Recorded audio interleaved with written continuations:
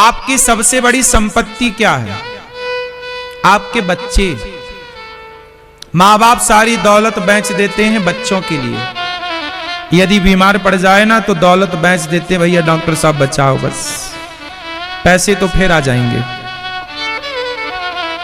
और आप लोग इतने लापरवाह हैं कि आप लोग अपने बच्चों पर बिल्कुल ध्यान नहीं देते। मोबाइल पकड़ा दिया है, अब उस मोबाइल पे वो क्या देख रहे हैं? कौन देखता है? क्यों नहीं देखते आप? आजकल बच्चे मोबाइल पर गंदी गंदी वीडियो देखते हैं, गंदी गंदी तस्वीरें देखते हैं। यदि वो एक बार देख लेंगे तो फिर उन्हें उन चीजों को देखने की आदत हो जाएगी, नशा लग जाएगा। और एक बार यदि ये गंदगी लगी तो फिर आप लाख मनाओ, लाख समझाओ, पहले से ही तैयार रहो। बच्चे 12 साल का हो गया, 10 साल का हो गया बेटा, यदि बच्चों को आप स्कूलों में, तो आपके बच्चे नहीं पढ़ेंगे। स्कूलों में तो पढ़ेंगे क्या कि कैसे पैसा कमाया जाए। स्कूलों में बच्चे ये थोड़ी पढ़ते हैं कि कैसे माँ बाप को खुश रखा जाए। स्कूलों में बच्चे ये पढ़ते हैं कि किस तरह से पैसा कमाया जाए। उन्हें पैसा कमाना सिखाया जाता है स्कूलों में। केवल पैसा कमाओ, चाहे पैसा तुम किसी का गला काट के कमाओ, चाहे मर्डर करके कमाओ, चाहे भ्रष्टाचार। अच्छा ये बताओ, हमारे देश में जितने पढ़े लिखे लोग हैं, हमारे देश में जितने भी सरकारी काम हैं, सरकारी पदों पर बैठने वाले लोग अनपढ़ तो है नहीं, सब पढ़े लिखे बैठे हैं? बोलो हाँ। अब मुझे ये बताओ कि हमारे भारत में भ्रष्टाचार है या नहीं? कम है कि ज्यादा है कि बहुत ज्यादा है? बोलो, हमारे देश में भ्रष्टाचार कम है कि ज्यादा है कि बहुत ज्यादा है? जोर से, क्या है? बहुत ज्यादा। अब ये बताओ, ये बहुत ज्यादा जो भ्रष्टाचार कर रहे हैं, ये पढ़े लिखे लोग कर रहे हैं कि अनपढ़ लोग कर रहे हैं? जोर से, जोर से। हाँ, जितना बड़ा भ्रष्टाचारी होगा वो उतना ज्यादा पढ़ा लिखा होगा। बात सही है कि गलत है? इसका मतलब यह हुआ कि स्कूलों में पढ़ने वाले बच्चे आगे चल करके चोर बनेंगे। भ्रष्टाचारी क्या है? चोर है। तो तुम अपने बच्चे को स्कूलों में पढ़ा रहे हो तो भ्रष्टाचारी ही तो बना रहे हो। क्यों बने बच्चे भ्रष्टाचारी? क्यों बने बच्चे चोर? चोरी, कुछ लोग चप्पल चुरा लेते हैं, कुछ लोग तुम्हारी चैन चुरा लेते हैं, कुछ लोग तुम्हारा मोबाइल चुरा लेते हैं, कुछ लोग तुम्हारे घर में सोना चांदी चुरा लेते हैं। लेकिन जो सरकारी अफसर बन करके जो भ्रष्टाचार कर रहे हैं, ये भी तो चोर हैं। आपने चोर मानते हैं कि नहीं? बोलो हाँ। नहीं मानते ना? सिकंदराबाद में आपके यहां सड़क बनती है, हमारे भारत में सड़क बनती है, और सड़क बनाने के 2 महीने के भीतर सड़क खोद दी जाती है। काहे खोद दी भैया? अरे सीवर की लाइन डालना भूल गए, अरे फलानी लाइन डालना भूल गए। 500 करोड़ रुपया लगा था सड़क बनाने में, फिर खोदने में भी 500 करोड़ लगा, 1000 करोड़ हो गए। फिर से बनाएंगे तो फिर 500 करोड़ लगेगा। तो मतलब 500 करोड़ की चीज 1500 करोड़ में पहुंच गई कि नहीं? बोलो हाँ। एक बार ठिकाने से बनती तो 500 करोड़ की जगह 600 करोड़ में बन जाती।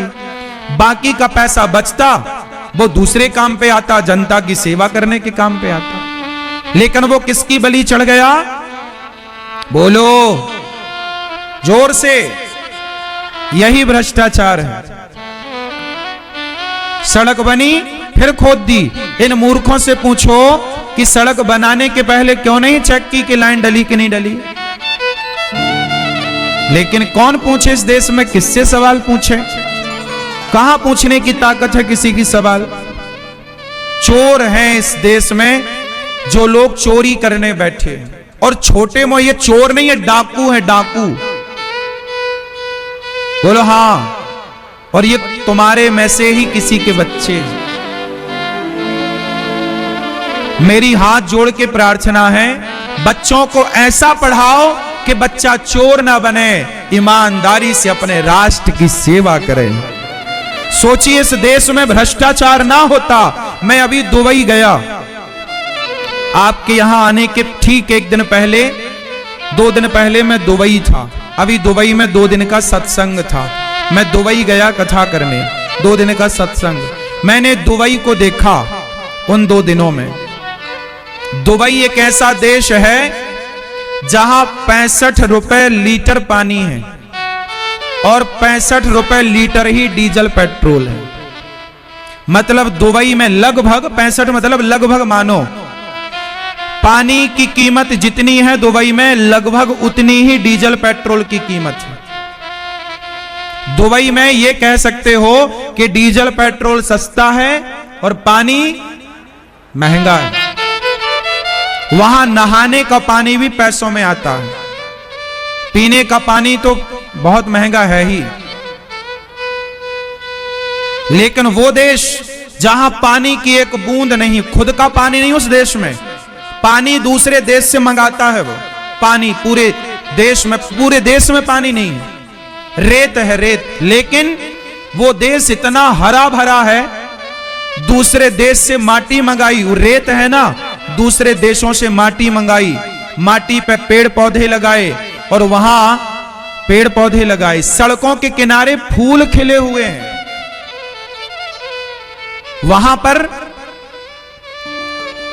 वहां पर जानते हो इतनी तरक्की क्यों है? पूरी दुनिया के लोग दुबई में रहते हैं।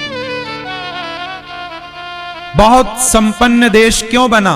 क्योंकि वहां 1 रुपए का भ्रष्टाचार नहीं। क्या नहीं है वहां? क्या नहीं है? भ्रष्टाचार। हमारे देश में गंगा बह रही है, यमुना बह रही है, नर्मदा बह रही है, पानी की कमी नहीं, फिर भी कोई व्यवस्थाएं नहीं। वहां पूरे देश में कहीं आपको उड़ती हुई धूल दिखाई ना पड़ेगी, क्योंकि सड़क के किनारे चारों ओर हरियाली बहुत मेंटेन कर रखी। इतनी गर्मी पड़ती है वहां। अभी वहां पर गर्मी है, अभी यहां सर्दी है, वहां हल्का सा अभी 20-25 का टेम्परेचर है। और गर्मियों में तो हमेशा गर्मी, वहां ज्यादा गर्मी ही पड़ती है। लेकिन उस देश के लोगों ने क्या किया जानते हो? अपने देश की गर्मी कम करने के लिए उन्होंने बहुत सारे पेड़ लगाए। अब पेड़ लगाने के लिए उनके पास माटी नहीं थी, तो माटी बुलवाई दूसरे देशों से और पूरे देश में माटी छिड़काव की और माटी छिड़क करके उन्होंने घास लगाई। वहां घास भी नहीं होती थी, एक पौधा नहीं हो सकता। लेकिन सोचिए दूसरे देशों पर मिट्टी दूसरे देश से आ रही है, पानी दूसरे देश से आ रहा है, पेड़ पौधे दूसरे देश से आ रहे हैं, लेकिन सबसे बड़ा दुनिया का फूलों का बगीचा वहीं पर है दुबई में। मैया कैसा देश चाहती हो? भ्रष्टाचार वाला या भ्रष्टाचार मुक्त देश चाहती हो? बोलो। यदि भ्रष्टाचार मुक्त देश चाहिए तो आपको चाहिए क्या? अपने अपने बच्चों को ईमानदार बनाओ, क्योंकि इस पूरे शहर के लोग यहां बैठे हैं। आप में से ना जाने कितनों के बच्चे सरकारी होंगे, सरकार के लिए काम कर रहे हैं, देश के लिए काम कर रहे हैं।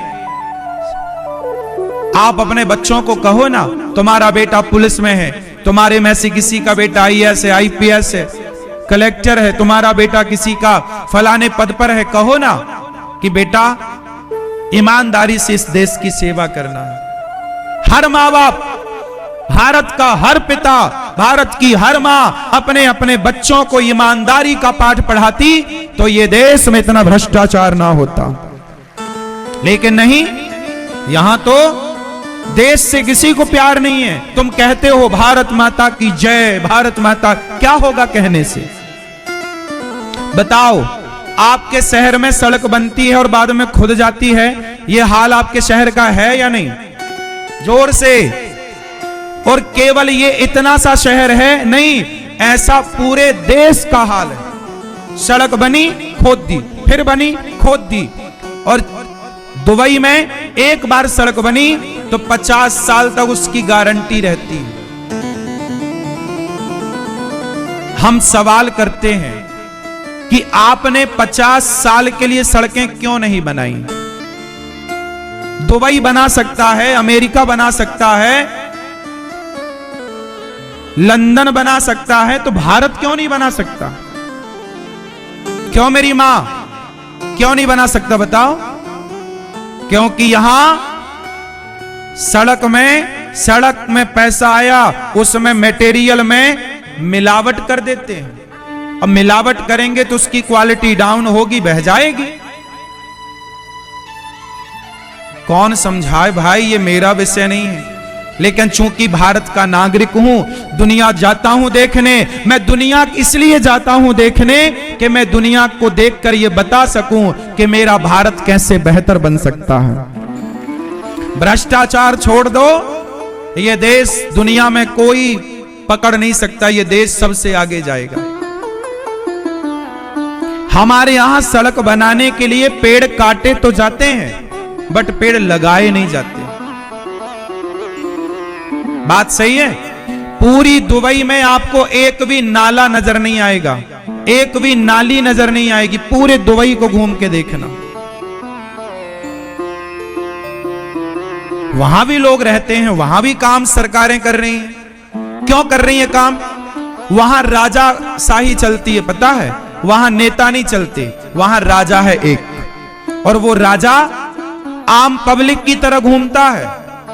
पूरे देश को घूम घूम के देखता है कि मेरे देश में कहां कमी है।